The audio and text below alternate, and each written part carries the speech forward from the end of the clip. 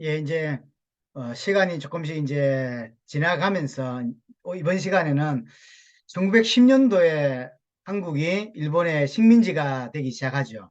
1907년도에 부운동으로 시작하고 1909년도에 백만구령운동으로 연결이 되지만 1910년도에 아쉽게도 이제 일본에 우리가 식민지가 되어집니다. 35년 동안이나. 그러면서 결국은 한국교회와 한국교회 큰 문제를 이제 부딪히게 되는 거죠. 그게 신사참배입니다. 이게 이때만의 문제가 아니라 앞으로 다음 시간에 보게 되겠지만 한국교회 분열의 결국은 제1원인이 신사참배 문제 때문이에요. 어떤 사람들은 감옥 가고 또 감옥 가서 순교하고 어떤 사람들은 뭐랄까요, 그거 우상숭배 아니라고 이제 앞장서는 사람도 생기고, 그리고 해방이 됐잖아요. 해방이 되고 나니까 이게 문제가 생기는 거예요. 이게 막 많은 어려움들이, 결국은 교회가 깨지고 쪼개지고 나누어지는 가장 제1 원인이 결국은 그것 때문인 거죠. 뭐 다른 건 잘 모르고 장로교 안에서 결국 찢어지게 되는 원인이 고신과 합동이 생기고, 합동과 결국은 또 이렇게 통합이 나누어지고, 그 전에 기장이 결국 나누어지는 이유가, 핵심 포인트는 결국은 이 부분 때문이에요. 그래서 한국 교회사 안에 엄청난 어떤 상처로, 아픔으로 남게 되는 부분, 어, 지금까지도 결국은 이 문제가 걸려 있거든요. 그래서 사과하죠. 이 부분에 대해서 공식적으로 사과하거나 이런 부분들이 없고 지나가는 이런 부분들. 사실은 한국교회 안에 영원히 상처로 남는 부분이 결국 이 부분 때문에. 그래서 참 마음이 아픈 깝니다. 그거는. 여튼 1910년도에 한국이 일본의 식민지가 되면서 한국 안에 조선 총독부가 이제 들어서게 되고, 조선 총독부 안에서 어떤 고민 하나가 생기는, 그게 뭐냐면 기독교를 어떻게 대해야 할 것인가, 기독교를 어떻게 해야 되나라는 고민이 생겨요. 왜 그러냐면 1910년 정도에 기독교는 그래도 전국적인 조직이 됩니다. 무시할 수 없는 단체가 되어 있어요. 예를 들어서 선교사들도 270명 넘는 외국인 선교사가 와 있고, 그 외국인 선교사 배후에 각국 미국, 캐나다, 뭐 호주 여러 나라들이 배경이 되어 있다고. 그 뒤에는 전부 다 언론사가 또 있단 말이에요. 그래서 함부로 할 수 없는 부분도 있고, 또 한국 안에 성도가 20만이 넘었었죠. 또 한국 안에 기독교 학교만 300개가 넘죠. 그 학생들이 300명이 넘는다고. 이걸 어떻게 기독교를 어떻게 이거 처리해야 되나는 고민이 조선 총독부 안에 굉장히 이제 커지게 되어집니다. 그래서 처음에는 어떻게 하냐면 의용교회를 하나 만들어요. 이걸 조합교회라고 합니다. 일본 지시에 따라서 이제 하는 의용교회라고 우리가 이름을 붙이는데, 왜 중국에 가도 삼자교회가 있고 실제로 진짜 예수를 그리스도로 믿는 사람도 있고 있겠죠. 쿠바도 마찬가지죠. 드러난 교회가 있고 이제 정부의 어떤 여러 가지 지시에 따라서 움직이는 교회가 있는 거죠. 마찬가지로 일본에서 의용교회를 세웁니다. 그게 조합교회라고 합니다. 그래서 할 수 있다면 기존 교회를 흡수하고요. 흡수하고 그다음에 이제 가르치는 걸 뭐냐면 일본 백성으로 살아가는 것이 곧 구원이다. 그것이 곧 전도다. 그것이 하나님의 영광이다. 이렇게 하나님이 일본을 쓰시고 뭐 이런 식의 설교. 근데 그게 이제 제가 말을 이렇게 해서 그렇지, 아주 말을 잘하거나 그 시대의 문화에 잘 맞게 이렇게 잘하면 그게 먹힌다고요.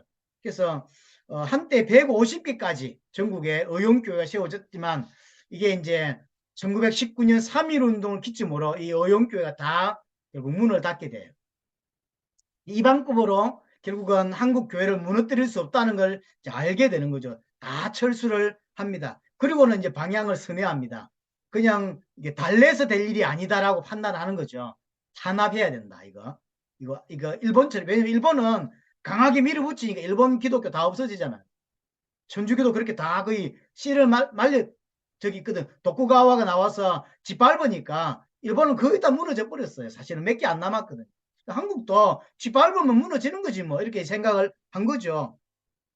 그래서 이제 중요한 사건 중 하나가 105인 사건이라는 게 있어요. 그게 뭐냐면 총독을 암살하려고 하는 사건이 터졌다라고 하는 조작입니다. 105인 사건이라고. 그중에 이제 민족 지도자들도 많이 있었고요. 그 민족 지도자가 합쳐서 한 600명 넘게가 체포가 됐는데 그중에 105명 기독교 지도자가 이제 그 유죄 판결을 받아. 그래서 105인 사건. 그래서 몇 사람은 고문으로 순교하는 일도 벌어지고 또 뭐 김규식이나 이승만 나중에 대통령 되죠. 이승만 같은 사람들은 선교사 도움으로 탈출을 하게 되고 그다음에 뭐 이런 사람들이 다 해외로 결국 이제 빠져나가고 못 빠져나간 민족 지도자들은 구속이 되고 그중에 이제 우리는 이제 교회 쪽 이야기니까 교회에 관계된 지도자들도 105명이 유죄 판결을 받습니다. 그래서 짧게는 뭐 1년에서 길게는 5, 6년 넘게 감옥 생활을 하게 되는 사건이 벌어집니다. 아주 유명한 사건이에요. 105인 사건. 그러면서 본격적으로 이제 기독교를 탄압하는 일을 시작하게 됩니다. 첫 번째는 기독교 학교에 대한 부분부터 나와요. 그래서 교육기간을 짧게, 많이 가르칠 필요 없다. 초등학교부터 시작해서 대학까지 교육이 있다면 그 중에 그냥 4, 5년 정도만 교육하는 걸로. 그 다음에 1회를 국어로 가르치고, 그 다음에 이제 학교를 운영하느라 설립할 때 반드시 총독부의 허가를 받게 하고, 그래서 사실은 1911년도에 보면 기독교 학교가 470개가 문을 닫아요. 473개가 감소하거든요. 그러니까 이제 얼만큼 큰 건지를 볼 수 있는 거죠. 자, 종합적으로 하여튼 이제 이런 기독교 탄압의 가장 이게 나온 타이틀이 신사참배 강요입니다. 전국에다가 신사를 건립해서 한국 사람들을 참배하게 하는 거죠.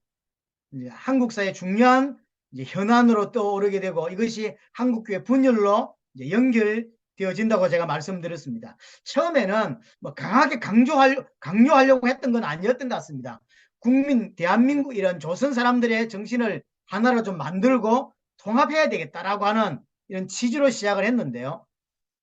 결국은 그게 잘 안 되고 그게 가장 문제가 이 기독교 지도자들 이 사람들이 문제라는 걸 알게 되고 기독교를 좀 분열시키고 약화시킬 필요가 있다는 생각을 하게 됩니다.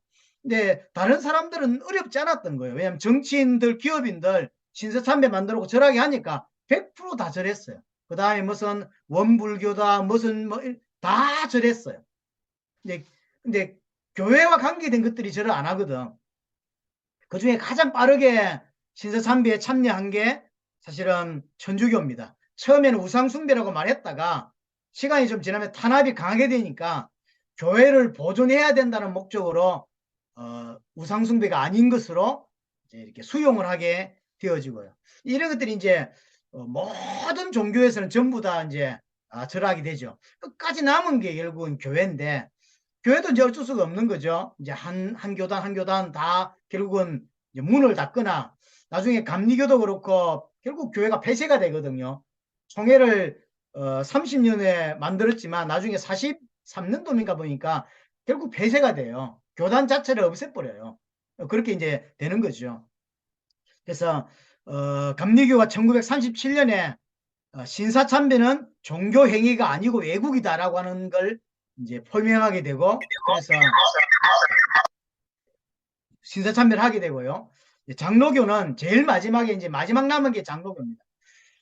1938년도에 27차 총회에서 국민의회로 이제 가결을 이제 하게 되어집니다. 이 신사참배 문제 때문에 반대 때문에 결국은 200개가 넘는 교회가 파괴가 되고요. 또 2,000명이 넘는 성도들이 투옥이 돼요. 신사참배는 한국 교회사에서 뺄 수 없는 중요한 사건이에요. 그 중에 한 40명에서 50명이 넘는 이제 성도들이 옥중에서 순교하는 일도 벌어졌죠.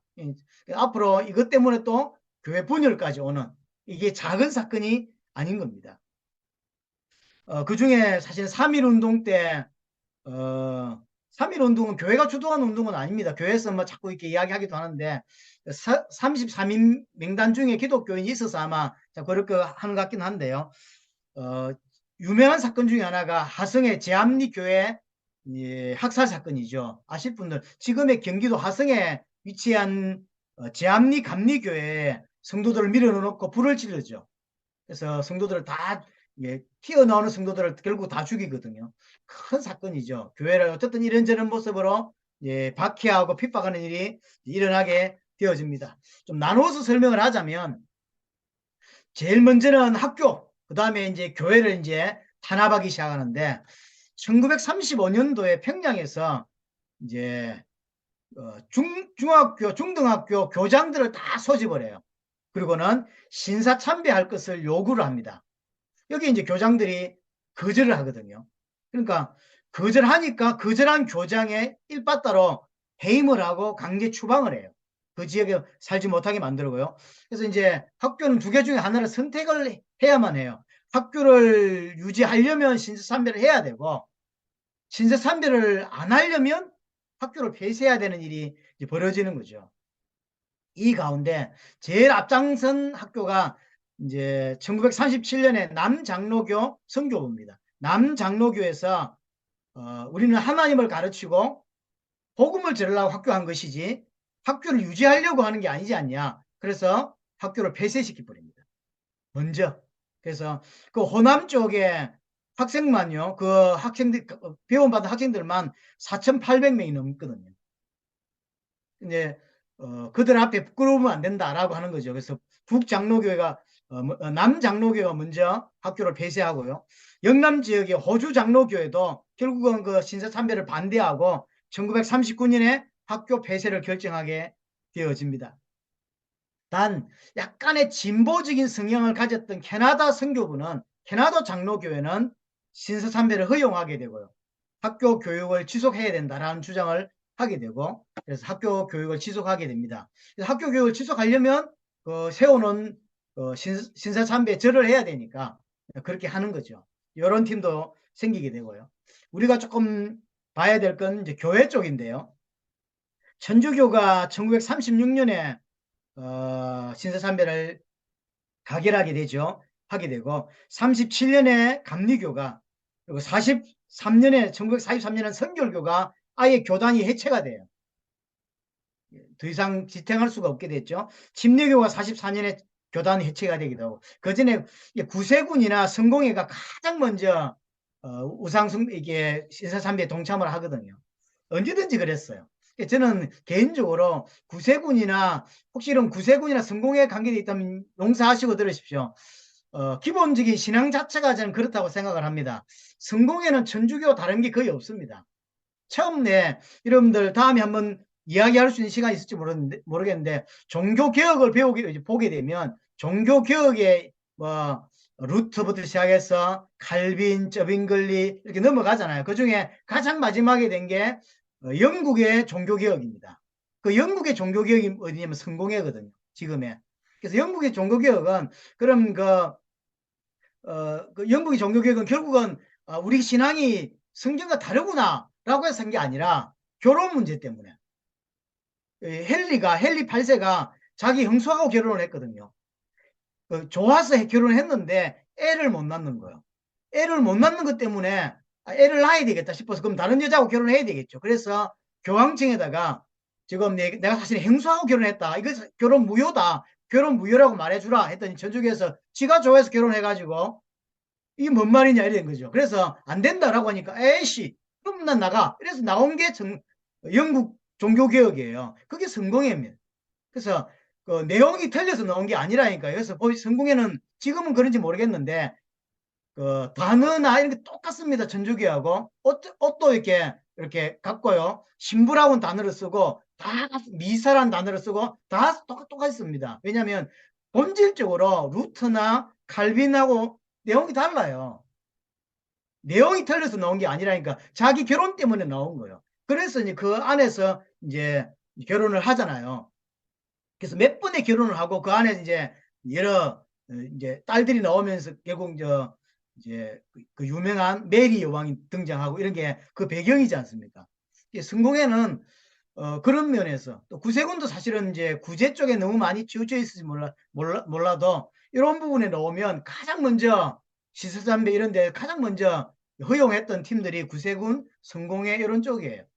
그래서 좀 고민할 필요가 있다고 생각합니다. 신학적인 부분에 상당히 좀 이렇게 뭐랄까요? 잘 서 있지 못한 것 같아요. 그런 결과인 것 같습니다. 하여튼 그러면서 이제 가장 늦게 장로교가 1938년도에 이제 노예에서 이제 평북 노예에서 가결을 하게 되는데 이제 이 뭐 가결될 수밖에 없게 만들었어요. 왜냐하면 일단 신사참배가 이제 이게 뭐랄까 뭐죠 이렇게 제안이 올라가면 반대할 것 같은 사람을 추렸어요. 그래서 주기철, 뭐 이기선, 뭐 김선도 목사 같은 사람 체포. 그래서 벌써 구금에 들어갔고요. 그리고는 이제 친일 성향을 가지고 있는 목사들을 섭외해서 이제 가결될 수밖에 없도록. 그래서 제안은 누가 한다? 그래서 A 목사가 제안하고 B 목사가 동의하고 C 목사가 제청하는 걸로 벌써 판이 다 짜져 있고, 그다음에 현장에 어, 일본 순사들, 일본 경찰이 100명이 그 교회 안에 호진에 앉았죠. 총 들고 옆에 쭉 서 있고, 그다음 중간중간 좀 말빨 좀 할 것 같은 사람들 옆에 툭툭툭 서 있는 거죠. 그럼 어떻게 이야기를 하겠습니까? 여기에 이제 예정대로 이제 총회가 시작되면 빨리 해결해야 될 것 해결하고 이제 그 다가오는 순서가 뭐냐면 다음 총회장을 뽑는 거죠. 총회장이 누가 뽑혔냐 초대가 되냐면 홍택기 목사. 다 판이 짜져 있었던 거예요. 홍택기 목사가 이제 사회를 보고 이제 총회장이 되었고, 그리고 초장이 되니까 이제 이렇게 뭐죠 망치를 물려주잖아요. 그럼 가지고 홍택기 목사가 올라가서 이제 이야기를 하죠. 그래서 어떤 사람이 그 자기들끼리 벌써 판 짜놓은 대로 예, 신사참배를 이게 종교 행위가 아니라 신앙 행위가 아니라 이거는 그냥 아무것도 아니다라고 가결을 이렇게 제의를 하고요. 누가 이제 이렇게 동의를 하고 제청을 합니다. 그러면 이제 홍택기 목사가 총회장이니까 이 사안에 대해서 가하시면 예하십시오. 그러면 예, 아니면 아니라고 하십시오. 이렇게 물어야 되잖아요. 이게 유명한 장면이에요. 이게 아무것도 아닌 것처럼 보이지만 가하시면 예하십시오 했는데 예 나왔죠. 아니면 해야 되는데 안 하죠. 그것만 묻고 땅땅땅 요 때린 거예요. 그래서 거기 앉아있던 방기랑 선교사, 한부선 선교사가 손을 들고 항의를 했는데 그 자리에 끌려 나가요. 일본 순서가 데리고 나가버립니다. 그래서 1938년 9월 달에 총회에서, 노회에서 이제 가결되기 시작했지만 총회에서 공식적으로 장로교 총회에서 홍택기 목사가, 그래서 역사에 이름이 남는 거예요. 제가 공부를 못하지만 그래서 지금까지 제 머리에 남아있는 이름 홍택기 목사가 총회장일 때 이걸 가결을 했고요. 그래서 가결에 반대할 수 있는 주기철 목사나 이기성 목사, 김순도 목사는 그 전날 체포돼서 구금당했고요. 100명의 경찰들이 딱 서서 이야기하니까 아무도 말 못하는 거죠. 그래서 결국은 가결이 되어지게 되고요. 부총회장이었던 김길창 목사를 대표로 해서 23명의 목사가 참배에 직접 갑니다. 가서 참배를 하게 되는, 이게 이제 한국 기독교 역사의 엄청난 수치로 어려움으로 이제 남아있게 되어집니다. 근데 뭐 이해는 합니다. 너무 큰 핍박과. 왜냐하면 많은 사람들이 일 때문에 순교를 이제 하거든요. 그럼 이게 끝이냐면 끝이 아닌 거죠. 결국은 그렇게 이제 확정이 됐지만 참배 반대 운동을 곳곳에서 하는 거죠. 왜냐하면 그게 모든 성도들의 의견도 아니고 모든 목사들의 의견이 아니잖아요. 몇 사람이 짜고 쳤기 때문에 그거 반대하는 거죠. 그래서 여러 형태로 이제 반대 운동이 일어납니다. 주로 이제 세 가지로 나눌 수 있는데요. 개인적으로 대항하는 게 맞다. 왜냐하면 조직적으로 대항하면 이런 또 결국 일본 경찰들이 이 작업을 할 거고 더 큰 어려움이 올 수 있다. 그래서 이런 개인적으로 계속 반대해야 된다라고 주장하는 사람이 주기철 목사. 안 된다. 우리 힘을 합쳐야 된다. 조직적으로 힘을 합쳐서 해야 된다라고 하는 게 이제 부산 경남 쪽에서 한상동 목사, 이기선 목사 이런 사람들이, 그다음에 아예 일본 나라에다가 이런 국회라든지 우리나라 같으면 국회라든지 이런 데다가 항의를 보내고 뭐 해야 된다고 하는 게 이제 박간주 장로나 김선도 목사 같은 사람들인데, 요건 너무 좀 뭐랄까 너무 편안한 게 아닌가. 왜냐하면 그렇게 항의한다고 들어주겠습니까? 하여튼 이런 여러 가지 형태로 이런 반대 운동들이 계속 일어나게 되어집니다. 한 가지 지역별로도 보면요. 주로 이제 평양 중심으로 주기철 목사님이 주로 평양 중심에서 이렇게 반대 운동을 하고요. 또 경남, 부산 이런 데는 이런 한상도 목사, 이런 주남선 목사 이런 사람들이 거창업교회 주남선 목사가 주로 하고요. 그다음에 저 전라도 또 목표에서는 손양원 목사 중심으로 어떤 목사님은 아예 교회 사임을 하고 전국을 다니면서 집회를 하면서 반대를 하기도 하고 이런 여러 가지의 이런 역할들을 이제 했죠.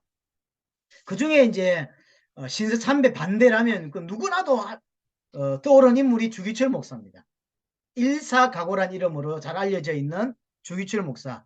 아까도 말씀드린 김육두 목사의 설교를 듣고 은혜를 받고 1922년에 평양신학교 입학해서 목사가 된 인물입니다. 경남 웅천에서 태어났던 인물인데요. 처음에 1926년 1월부터 초량교회에서 담임 목사로, 부산에서는 초량교회가 굉장히 오래된 교회고 초량교회, 그 다음에 제1영도교회 이런 교회가 굉장히 오래된 교회입니다. 부산에서는 아주 오래된 교회죠. 1902년도에 그 전에 세워진 교회니까요. 하여튼 초량교회에서 담임을 하다가 31년까지 5년 동안 담임 목사를 하다가 마산 문창교회에서 또 5년의 담임 목사를 하다가 평양으로 가게 됩니다. 평양 상정인 교회에서 이제 목회를 하게 되고요. 평양의 말 그대로 정신적 지주로 이제 올라서는 분이죠. 네 번의 감옥을 갑니다. 1938년 2월 달에 3개월 동안 투옥되고 또 8월 달에 2차 7개월 동안 투옥되고 그 다음에 1939년도에 3차에 투옥됩니다. 그래서 설교를 금지했거든요. 경찰이. 그러니까 유명한 말을 남기죠. 설교는 내가 할 일이고 체포는 당신들이 할 일이다. 아주 유명한 말이에요. 그래서 나는 원래 목사다. 설교해야 될 사람이다. 그래서 나는 계속 설교하지 말라고 하는데 계속 설교를 하죠. 그러다가 1940년에 9월 달에 이제 네 번째 감옥을 가게 되고 4년 동안 감옥에 갇히게 됩니다. 한 일에 같이 일화들이 있죠. 꿈에 뭐 사모님이 나타나고 아이들이 뭐 굶주리고 교회가 나중에 경찰이 교회를 폐쇄시키 버리거든요. 없애버렸어요. 그러니까 얼마나 어렵습니까? 성도들도 어렵고 목사가 감옥 가고 나니까 사모님하고 애들은 뭐 굶고 막 이런 여러 가지. 사모님도 대단한 것 같아요.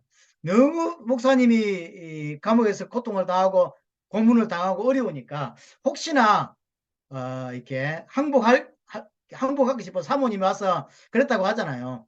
항복할 것 같으면 내하고 내 얼굴 다시 볼 생각하지 마라. 막 그렇게 말했다잖아요. 내 애들 책임질 때니까 걱정하지 마라. 그래서 신앙을 지키고 안 되면 순교하는 게 맞다. 사모님이 그렇게 이야기를 했다고 하잖아요. 하여튼 결국 1944년 4월 달에 감옥에서 해방을 보지 못하고 순교하게 되어집니다. 그리고 그가 담임했던 산정은 교회는 폐쇄, 교회가 없어져 버리죠. 그리고 이제 일사가구란 이야기는 평양신학교에서 신학생들이 설교할 때 했던 말인데 그게 유명해졌던 거죠.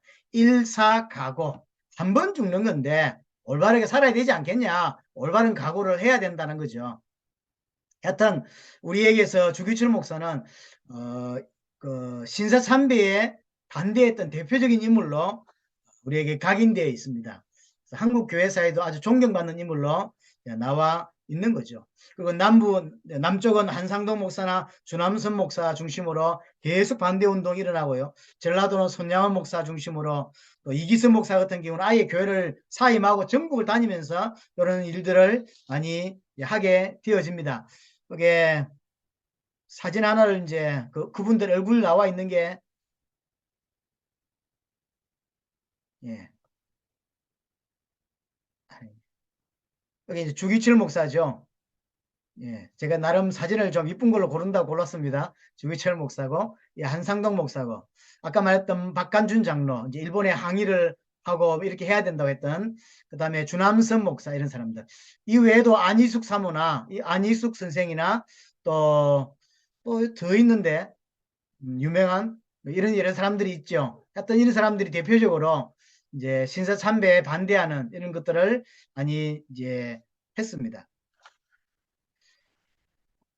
그리고 이제 그런 여러 가지 결과로 결국은 교회를 지킬 수 있었고, 결국은 1945년에 이제 해방이 되면서 이제 교회가 좀 회복되어지는 이 결과로 아까도 말씀을 드렸지만 교회는 너무 많은 어려움을 사실 당하게 되죠. 교회가 200개가 넘는 교회가 문을 이제 닫게 되고 2,000명 넘는 성도들이 감옥을 가게 되었거든요. 큰 피해를, 이거보다 더 큰 피해는 결국 한국 교회가 결국은 쪼개지고 이게 분열되는 그 제1 원인이 결국 이 신사참배 문제 때문이었습니다. 다음 시간에 다음 주에 한번 살펴보도록 하겠습니다. 하여튼 한국 교회는 큰 어려움을 결국 이것 때문에 이제 당하게 되어집니다. 이거 외에도 이제 연결되어서 해야 될 이야기들이 많이 있지만 오늘은 신사참배 부분을 이 정도까지만 좀 이야기를